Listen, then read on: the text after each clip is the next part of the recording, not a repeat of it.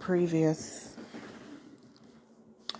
broadcast, I spoke about psychological boundaries and I said what triggered me. Well, I didn't use the word triggered, but what prompted me to record that particular segment on psychological boundaries was because of what I told you I heard a male YouTuber say that males know how to psychologically manage females or women. It struck me, and I guess you could say that's the part that triggered me, really, because it came from a male, and this is something I've always known. It's, for example, I remember a male coworker of mine told me that he only pursues women with low self-esteem. Yeah, and that was also another moment where it prompted me, or no, really, it resonated with me because I always felt that way. I have always felt that if more females had standards or even high standards, because I've been told by majority of males who have pursued me that I need to lower my standards. So, and I know I have very high standards. Not the highest, but I have high standards. So if I'm being told to lower mine, and I observe females I observe everyone. But I know for a fact that a lot of females do not have standards, which is very sad. And in my 20s, I developed this kind of annoyance with females because I always said that the very thing that I don't tolerate or I'm told to lower my standards on, there's like 100 females that is willing and ready to tolerate that crap. So I always knew that males, and I'll make the distinction between males and a man at some point or throughout this process, because a man is someone who's evolved from his male self. The male is who you are anatomically, and it's like the basic part of our existence. Like me, like my anatomy is female. But as I go through life and experience things and mature, I progress into womanhood. Same thing with a man, he progresses into manhood. So we have a lot more males than men in this world, unfortunately. And so the same for a lot more females and women, which is why we have more cattiness than camaraderie and togetherness and real woman empowerment. That's why they mostly call it female empowerment. There's not really much of empowering going on there, but that's a whole other story. I'm not here to go into that. I'm talking about boundaries and the things that prompt me to speak on certain things that require boundaries. So when R.C. Blake says males know how to psychologically manage, I actually thought I heard manipulate when he said manage. And that's exactly what he's pretty much saying anyway, because that's what I'm pretty sure he means.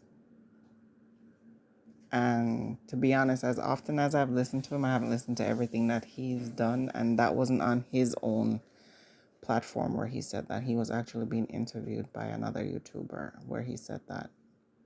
And even at the time that he said it, the very moment he said it, it was a male YouTuber that was interviewing him, even the male guy that was there, was like, "Ooh, yeah," like, it resonated with him too, because he also expressed he had his days where he was a player or whatever they want to call themselves, you know, and in order to be a player, you have to know how to manipulate women, females, get in their heads, tell them all kinds of stories, lies, however you want to spin it. So to psychologically manage anyone, you're definitely getting into their head. You're definitely finding ways to maybe even gaslight. I mean, this is something that needs to be explored even deeper when you say psychologically manage someone. But I can tell you for sure, it's definitely it has manipulation all over it, inside and out. um, I know for a fact that watching docuseries like For My Man and Fatal Attraction, especially For My Man. For My Man is specifically about women, well, females who get caught up in toxic relationships with males who lead them down the wrong path and actually manipulate them enough. Or what I say, the female get caught up in this love psychosis because when you do find a female who's able to speak on that and on their particular story, because most of them end up going to jail, to prison, serving time for the crimes that they did with their significant other. But oftentimes when they get to tell their stories, they'll tell you that they got they saw the red flag, or they had a feeling, or they knew it was wrong, but they went ahead with it anyway. This whole idea of love, love, love. I was in love. I was in love. So nauseating. It's so nauseating to me that you could just say you're in, like, love made me do it. It's like you're putting love and the devil in the same category. The devil made me do it. Love made me do it. Really? I don't think it's love. Again, that's a whole other thing I'm exploring about real love versus infatuation and just attachment and everything else that is not love that people are calling love. But I say all of that to say that females do get psychologically managed or manipulated by males. And this particular show takes you on that journey where it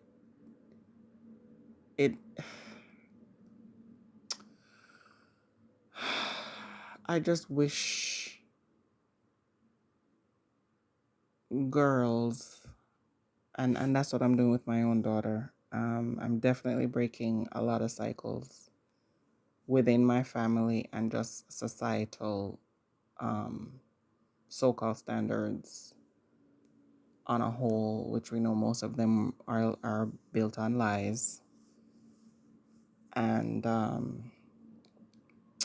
building self-esteem more than anything else in my daughter. I just wish, and mind you, a lot of these females really didn't have the best upbringing, and that's the part that failed. They were failed by their parents. And even a few who grew up with both parents in the household, that's another thing again, that is like two-parent household is like, I want to call it a myth when I hear it just stated.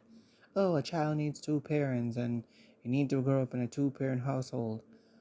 I'm not saying the idea is wrong. I'm saying it's flawed, because I also know a lot of friends who grew up in two-parent households and they turned out to be a mess Because if you have two a-holes raising a child, or two, let's see, psychologically inept individuals raising a child, I mean, what are you gonna get? Seriously. So we need to say, and what I like to say, we need a two parent household of two wholesome parents to raise children the proper way. And as I was recently introduced to another YouTuber, a female, who was debating a male, and when she asked him, because I think she was pushing back on something, but not a two parent household, but he brought up a two parent household, and he pretty much asked her, so you don't think children need a mother and a father in the house? And she said, children need peace. And I'm telling you, when she said that, it reminded me of my own childhood, because I was miserable and I did not have peace growing up as a child. And though I'm from a divorce, my parents were divorced from the time I could, from the time I knew myself. I've never, they broke up by the time I think I was even born. They broke up. Um, but I lived with other people throughout my life and early childhood. And I've also, like I said, observed my friends who grew up with both their parents, and I see how they were growing. So I know when, by the time I had my children, that what to do, what not to do, clearly. And ultimately, giving them peace was definitely a top priority for me. Because I remember being asked, what do you want to be when you grow up? And I always say I want to be happy. And people used to look at me crazy, like, what? Does that have to do with what you want to do? I'm like, well, that's what I want to be. I want to be happy. So I say all of that to say that we really need to pay attention to who we let into our space, who we allow to tell us things, how the information that we listen to, And for anyone who's not sure about what psychologically managing someone is, or psychologically manipulating someone is, it's literally really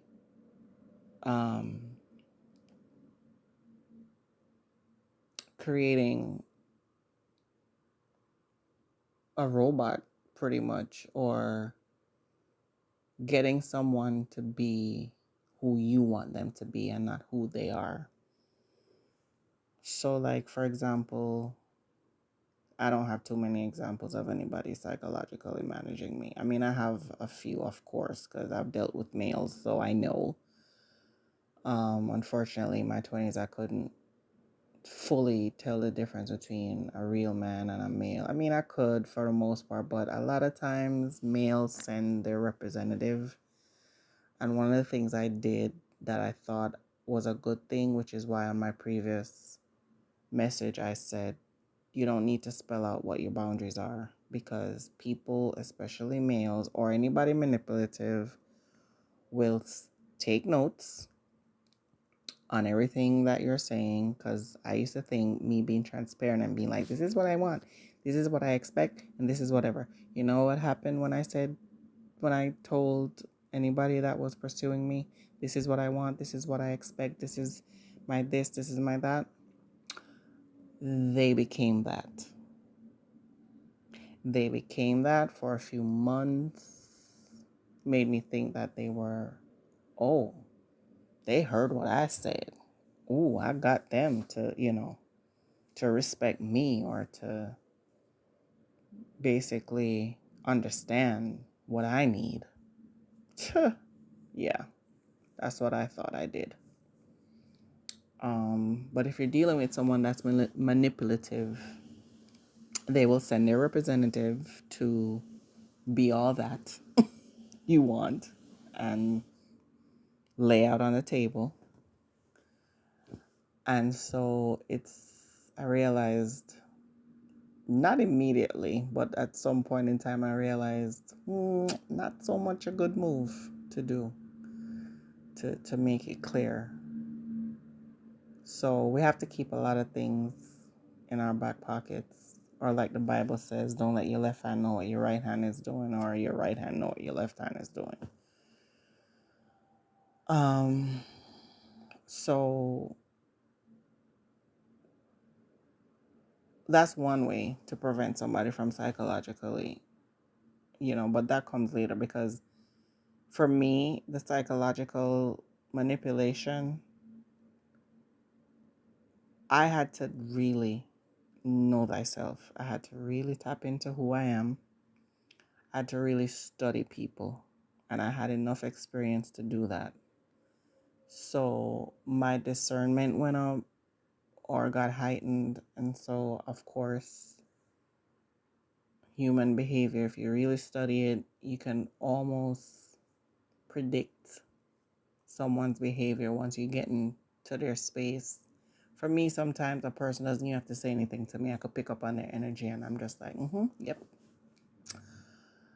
this one is something else, or that one is, not too bad, but let's see where this conversation goes. And we have to do that. We have to learn to do that because only we can save ourselves, okay? Nobody's coming to save us. Um, I used to not like that statement, but I realize more and more it's true. And with everything, especially when it comes to establishing boundaries, and not, I mean, establishing is one thing. I mean, I know a lot of people don't even have standards or know what a boundary is or know what a standard is. But once we get to that place where we know and we can say, okay, this is what I don't like. And for the most part, if you're in tune with your gut feelings, you should have a basic idea of what your standard is. If you're This is why the For My Man docuseries gets under my skin after like a couple of episodes, because especially when the females get to tell their story. Oh, I knew when I saw him hit that woman that he was dangerous, but I loved him. What? Okay, so you love him after watching him beat another woman's behind. So you're going to be with him because you're really saying, when you say you love him, you're really saying, I don't love myself. I don't have enough esteem in myself. I don't see value and worth in myself. I'm in this love psychosis where, he loves me. Oh, he's just hitting her. He'll never do that to me. He loves me. And forget about males loving themselves. I mean, I'm writing a book questioning that, and I'm doing my own research on that, and it's coming up looking very suspect that males may not know how to love, or they don't really care about it. It's an idea to them to get what they want from females because, we're all in the romantic or romanticizing everything. They probably see it as a means to an end, which really means they don't care to love or explore it. And ultimately, I think I kind of have to be fair a little bit when it comes to males because most of them were brought up to be hard. So love wasn't necessarily a given, especially with how males, older males from back in the day, they were more like her and, hear me roar and that whole battle cry. And I mean, I don't know, every time I look at old movies, especially what Games of Thrones or whatever, and just how barbaric. And I mean, I guess if you have to be like in survival mode for a man to being a provider and protector, I mean, how much love, how much space is there for love?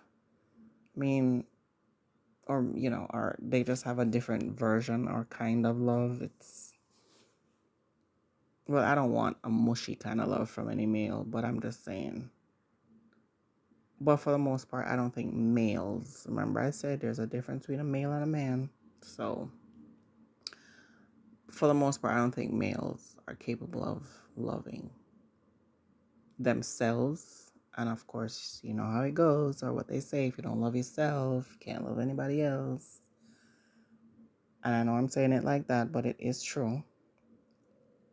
Um, a man, for sure, if he's evolved from malehood, from being a male, and yeah, I could see the potential of a man knowing how to love. But there's not many men out there. We're inundated with males. Oh, this world is so treacherous. But at the end of it all, as I said, I also want to connect our instinct, our gut feelings with setting boundaries, establishing them, maintaining them, enforcing them. I realize that they work together. I mean, that's how I was able to establish boundaries as a kid. No, just going along with my gut, knowing this didn't feel right. Nope, you too close. Nope, you in my space. No, back up. Who are you talking to like that? What? Um, yeah, I mean, it really, I know I initially said I'm not sure where I was able to just come up with creating boundaries for myself, because nobody pulled me to the side. Nobody taught me boundaries. Nobody said you need them. Nobody said this is what you need to do um, in order to, I don't know, have peace or how create space between you and someone. Um, Nobody taught me that. And I know I started out saying, I don't know how it came about, but I know that I said that my parents didn't really protect me. So I think the universe just naturally said, well, I'm going to protect you, or I'm going to, allow you to protect yourself, or how, I don't know. But I'm thinking about it, and I know for a fact that it came through me having those gut feelings, instincts, intuition, whatever you want to call it, to seeing red flags, to then just saying, that don't feel right, back up. Don't talk to me like that. Um, yeah, you're an asshole, and I'm just not going to listen to you because you're trying to break me. I get it. You don't feel too good about yourself, so you're trying to make me and you be compatible that way, and I'm not gonna sink my feelings or belittle myself or go low just to meet you where you're at in a low state, a low vibrational state. I'm not gonna do that. I'm not gonna do that. Nope, no sir, no ma'am. So your gut feelings, your instincts, yeah, they work together to create boundaries, to maintain them, and to enforce them for sure. Maybe most likely to no, it's all of that, because yeah, yep, it's all of that. I was gonna say initially gut feelings and instincts really just come to have you establish them. That's how you're able to established. But no, I no, because yep,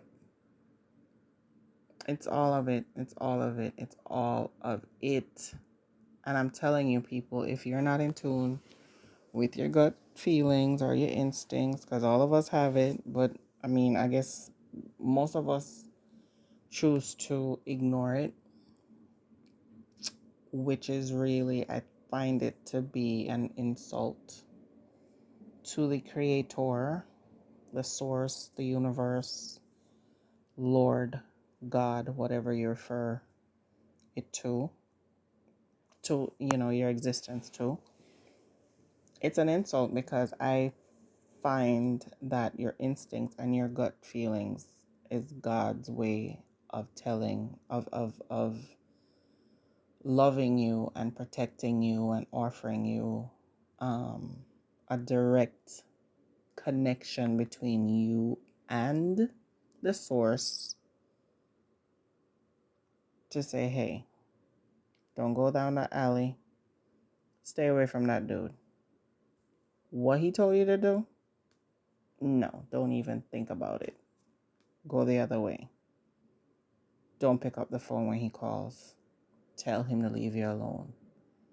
Keep telling him to leave you alone, or else, whatever you got to do. I'm going to go deeper into the whole gut feelings or whatever, but I'll leave you with this. They say your gut is your second brain. I would venture to think, and I want to say it's the first brain, because the brain up top,